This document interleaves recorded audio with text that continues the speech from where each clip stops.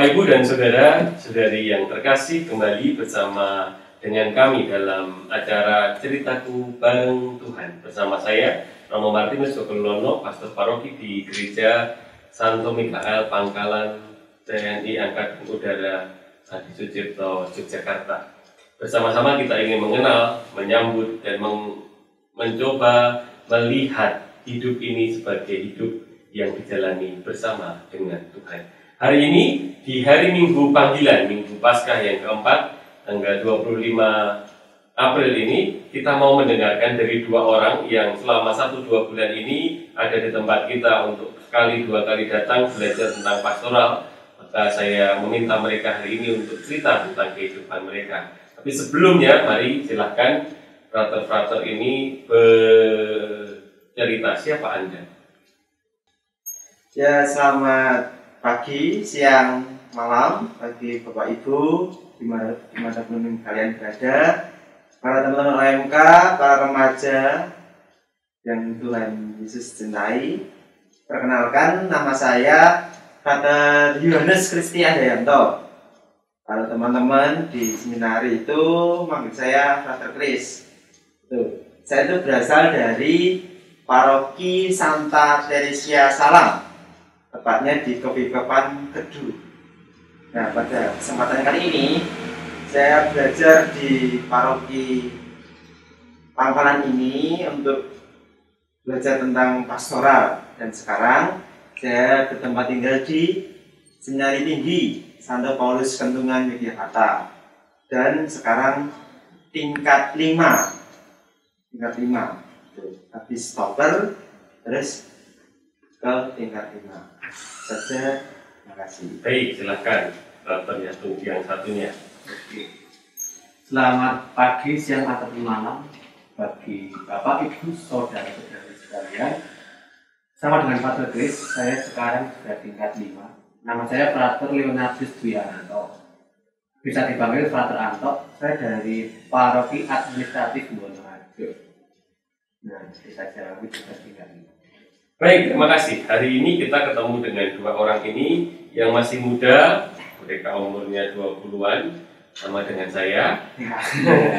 Dan ini dulu murid saya di Seminari Martayudan, sementara Frater Anto ini masuk setelah SMA, dengan satu angkatan. Nah, hari ini kita mau bicara, kalau kita lihat gereja kita ini memang gereja yang unik, khas sebuah komunitas agama yang memiliki para imam pastor yang hidup selibat, yang bersama-sama dengan umat terlibat dalam pelayanan untuk gereja dan masyarakat.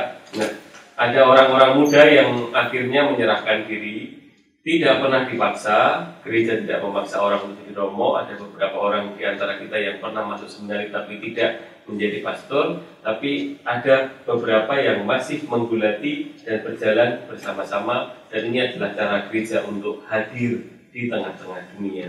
Nah, hari ini kita mau dengar, kalian tuh masih muda dan ya seperti ini, kenapa pengen jadi romo? Cerita aja, kenapa dulu pengen jadi romo sampai saat ini masih menjadi frater yang sekian lama sudah ada di seminari. Silakan Frater Kris. Ya, Romo, terima kasih. Nah, kalau saya ditanya mengapa kok pengen jadi romo, itu tentu tidak bisa langsung jawaban langsung ya, yang bisa saya ungkapkan, Romo. Tapi lewat cerita. Ceritanya begini, Romo. Dulu itu sewaktu SMP, sebelum ujian nasional, itu saya itu disodori belangko atau brosur ya namanya, Romo, oleh kepala sekolah saya SMP di Kanisius Muntilan. Itu bersama teman saya, ada jumlahnya itu 5. Itu disodori brosur itu oleh kepala sekolah untuk masuk seminari, brosur seminari itu. Dan karena sebelum ujian, harapan saya itu sepele, Romo. Sebelum ujian, bahkan dapat nilai dan sebagainya, saya sudah mendapatkan sekolah dulu. Nah, itu saya melihat menarik juga kalau tidak coba. Saya mencoba mengikuti arahan dari kepala sekolah itu untuk masuk seminari, dan setelah tes di sana 3 hari, ya walaupun rasanya itu gimana gitu ya, karena jauh dari orang tua. Saya itu orang desa juga masih boboan waktu itu Romo. Tapi di sana tes, saya tertarik juga dengan fasilitas yang ada Romo. Ada lapangan sepak bola. Saya membayangkan tuh stadion Bernabeu itu ada di Medan Romo. Bernabeu itu miliknya siapa? Real Madrid. Real Madrid. Saya pikir Old Trafford. Oke. Bisa jadi tunggu. Ya, di sana di lapangan itu saya menarik ilmu. Ini lapangannya bagus, indah. Dan kalau saya main di sini, karena saya juga di sana suka sepak bola. Dari sisi saya juga suka badminton Romo. Dan di sana ada juga lapangan badminton. Rasa ketertarikan itu baru muncul malah saat di pertandingan itu. Tapi singkat cerita, akhirnya puji Tuhan saya itu diterima di sana Romo. Dan 5 orang yang ada dari SMP itu juga keterima semua. Itu. Dan pengumumannya diterima itu diumumkan oleh Romo dan Ibu Spa ketika saya itu bersama Bapak Simbo itu kerja di sawah. Nah, dengan cerita dalam perjalanan waktu mengapa saya tertarik jadi imam itu lewat perjumpaan semacam itu Romo. Perjumpaan semacam itu, dan sampai saat ini saya tingkat 5 itu saya bersyukurnya adalah bisa berjumpa dengan banyak orang, banyak karakter, banyak pribadi, entah dari kecil, muda, remaja, bahkan orang tua. Dari sana saya banyak belajar mengenai kehidupan. Baik, terima kasih. Ini kisah sedikit tentang awal mula panggilan, dan rupanya panggilan itu disyukuri karena begitu banyak kesempatan untuk berrelasi dengan banyak orang yang kalau dalam konteks kita, Romo ada kesempatannya awam, ya, tetapi tentu terbatas karena mengingat mereka juga punya keluarga, mereka juga, tapi hal-hal macam ini khas. Nah, monggo, Frater Anto, cerita. Oke, mungkin juga saya kalau bicara tentang panggilan itu dikaitkan dengan sejarah awal dulu ya. Awal mulanya dulu keinginan menjadi Romo itu Mas ATK. Ketika melihat sosok tertentu, Romo tertentu ya, ketika bisa dekat dengan umat, bisa membawakan dengan murah senyum, di mana-mana bisa membawa orang tertawa. Saya tuh, Romo itu menarik. Soalnya ini caranya kita, jadi Romo sih, saya tanya pakai ibu saya. Ini caranya bisa mengenai jadi Romo ya. Nah itu saya malu terus ketika tanya itu, aku pengen jadi apa tuh? Pengen jadi Romo ketika seperti itu. Lalu sampai ke SD, SMP kelas 3 itu keinginan itu tidak muncul lagi.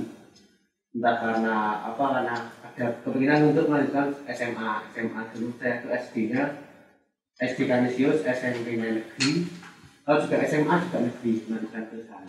Lalu juga SMA, lanjut kelas 3 SMA. Tiba-tiba muncul lagi keinginan dulu, seakan-akan diingatkan pengalaman waktu kecil, waktu TK. Lalu itu semakin menguat dan akhirnya saya mencoba untuk masuk ke seminari Mata Yuda. Puji Tuhan waktu itu diterima, padahal ketika saat itu SMA kelas 3 itu saya sedang jedok-jedoknya untuk belajar nggak serius. Saya juga dulu ben-benan, dulu juga menghabiskan waktu di sana di SMA. Namun Tuhan mengambil saya, ibaratnya itu kalau saya membacakan sekarang itu seperti diambil dari kubangan lumpur lalu ditempatkan di suatu tempat yang indah. Dipermak lagi seperti bencana tanah liat itu sehingga dibentuk sedemikian rupa. Lalu seiring waktu pengalaman-pengalaman itu pun tidak selalu mulus gitu. Berarti ada juga pengalaman kejatuhan yang terutama itu penyakit dan penyakit. Saya itu juga penderita asma juga waktu SMP. Kenapa saya tidak berani keluar meninggalkan dari orang tua itu karena asma, takut kalau tidak bisa mengurus diri sendiri. Dengan asma itu juga ditambah sebelum top itu ada penyakit tertentu yaitu penggumpalan darah, jadi harus waktu itu shock. Namun itulah ketika Pastor Chris tadi mengutarakan perjumpaan, tapi di sini saya mengenai sebuah kesempatan yang diberikan Tuhan untuk apa? Untuk bisa melayani, mengabdikan karya keselamatan Tuhan itu dalam setiap kehidupan di pelayanan. Ketika saya menari terus. Dan untuk apa itu saya diberi kesempatan ini Beda pun perasaan bagi saya, bagi kami, bagi kita seorang imam itu bagaimana memastikan Tuhan dalam setiap pelayanan, kita itu sakramen maupun pelayanan yang lain. Mantap. Yang ini dalam perjalanan panjang ini setelah sekian lama ya, kalian itu 5-6 tahun, dan ada yang lebih, yaitu Grace ini lebih lama lagi. Ada nggak tahu pengalaman khas jadi Romo ini kanggu, jadi Romo itu berguna. Lalu mungkin ada 1-2 pengalaman. Menurut kamu, pengalaman kamu apa? Pengalaman ini ya, saya itu lihat perjumpaan yang saya katakan di awal tadi. Entah apapun peristiwanya di akhir itu, kalau orang yang bersembah itu kadang minta doanya. Barangkali itu hanya hal sepele ya, sepele, sederhana gitu. Begitupun juga saya kalau sudah mengenal dekat, saya juga bapak, ibu atau teman-teman, saya juga minta doanya dalam perjalanan saya. Kata doa, minta doa itu yang selalu saya jumpai dalam perjalanan. Nah, rasanya itu kalau tidak mendoakan itu ada yang rugi atau gimana itu. Nah, dari doa itulah saya bisa merasa apa ya? Bisa mensyukuri diri saya sendiri, bisa lebih dekat dengan orang-orang yang saya jumpai, namun juga terutama lebih dekat dengan Tuhan sendiri. Nah, itu yang sungguh-sungguh saya rasakan, yang saat ini saya refleksikan itu, doa itu sungguh menjadi apa ya, medan atau sarana bagi saya, dan bahkan juga kekuatan bagi saya menjalani panggilan ini. Nice. Orang lain butuh doa, saya juga butuh doa. Oke, nice. Apa kamu tahu? Kalau saya ya, mungkin kalau Pak Tukis mengajarkan perjumpaan, saya juga mengajarkan tentang kesempatan, berbagai kesempatan tadi. Dulu itu kalau mengajarkan tentang asma ya, mungkin setiap lelah sedikit saya itu kambuh. Ketika emosi sedikit pun bisa kambuh. Namun sekarang kesempatan yang diberikan Tuhan itu bisa santai, bisa tidak begitu kambuh lagi. Nah, saya sadari itu kan mungkin rahmat yang diberikan Tuhan, kesempatan sehingga itu sebagai tantangan juga begitu. Kau bisa dari itu bisa terus menggunakan dirimu sehingga suatu saat bisa untuk benar-benar melayani. Contohnya apa? Contohnya mengembangkan diri itu apa? Nah, contohnya mungkin juga dari segi pertama pengembangan. Dulu saya tidak berani loh mau berjalan di depan umum kayak ini. Pasti nggak ada orang loh depan kita. Nanti kan bayangannya ya nanti buat terus gimana? Nah, itu kan salah satu caranya nah ini kowe itu ketika ngomong iki yo kowe kudu iso ngomong nang Indonesia-nya apa? bisa berbicara di depan umum. Contohnya setiap misalnya minimal harus beli harus itu nah itu yang salah satu perjuangan terbesar itu bagaimana bisa untuk ngomong di depan orang tanpa keringat dingin, tidak grogi dan sebagainya. Itu sebuah pelatihan terus-menerus sehingga dengan usaha tadi pun saya juga mikir setengah jam sebelum sebagai sarana apakah kamu itu bisa untuk keluar dari zona nyaman ketika kamu tidak nyaman dengan sesuatu, kamu berani untuk mengoptimalkannya sehingga bisa lebih berguna bagi orang lain. Nice. Satu hal yang kita tahu bahwa kita ini hanya dibenarkan untuk tidak menikah demi kerajaan Allah. Apa menurut kamu pengen jadi Romo itu kenapa? Tadi kan masih pengalaman itu. Kamu pengen jadi Romo itu kenapa? Siapa duluan? Silahkan. Anto duluan ya. Ini jadi Romo yang pertama yang jelas kan untuk sakramental ya. Tapi di balik itu bagaimana kita ini terlibat dalam sarana keselamatan alam. Dan tadi juga saya menjelaskan dari ketika ada umat yang merasa menerima sakramen baptis merasa tersentuh. Nah, itu salah satu poinnya, merasa tersentuh sehingga merasa disapa oleh Tuhan dengan tindakan sakramental maupun pelayanan yang lain. Ketika ada imam itu datang menyapa ngaruhi, gimana kabarnya Mbak? Apakah si Mbak sehat-sehat saja? Apakah bagaimana keadaan cucu-cucunya itu juga sebagai sarana untuk mewujudkan keselamatan ketika dihayati dengan tulus dan penuh hati. Baik. Oke. Kalau saya itu Ya, Tuhan telah mengaruniakan banyak hal tentang rahmat, talenta dan sebagainya. Semoga apa yang sudah saya miliki ini, talenta ini juga menjadi sarana pula ya, bagi umat untuk semakin mendekatkan diri dengan Tuhan. Tentu akan sangat susah itu untuk dijalankan, namun ya dengan segala keraguan, ketidakberdayaan atau dalam diri saya ini, ya semoga bisa menjadi sarana itu untuk mendekatkan umat dengan sendiri. Dibalik sedikit, kalian tahun lalu kan topper. Tahun Ya. orientasi pastoral adalah kesempatan bagi para frater untuk belajar dari Romo setahun di karya sosial, karya pendidikan, karya paroki. Nah, satu pengalaman unik bahwa kalian itu sudah melangkah mau jadi Romo. Ada satu pengalaman di mana kalian merasa saya memiliki ya tugas penggembalaan. Ya Pak, Chris dulu. Ya, Romo. Salah satu tugas penggembalaan yang sudah saya tangkap ini itu adalah mendengarkan. Nah, pengalaman di Mertoyudan, saya kan Toppernya di Taiwan kita. saya topper di Seminari Menengah Mertoyudan. Nah, di sana itu saya menghadapi banyak pergulatan para seminaris, terutama jiwa mudanya yang begitu menggelora, namun keinginan untuk menjadi imam juga ditolak. Nah, di situ saya itu belajar arti mendengarkan keluh kesah seminaris, pergulatan para seminaris, dan bagaimana mengarahkan mereka untuk tetap semangat menjaga kobaran api panggilan itu di tengah jiwa orang muda itu. Nah, salah satu kalau Romo tadi mengatakan mengembalakan, ya itu mendengarkan itu Romo. Frateranto. Pengalaman unik itu satu peristiwa ketika saya itu diputus untuk bisa untuk memimpin ibadah pemakaman jenazah. Dia di paroki Gajuran waktu itu, silahkan.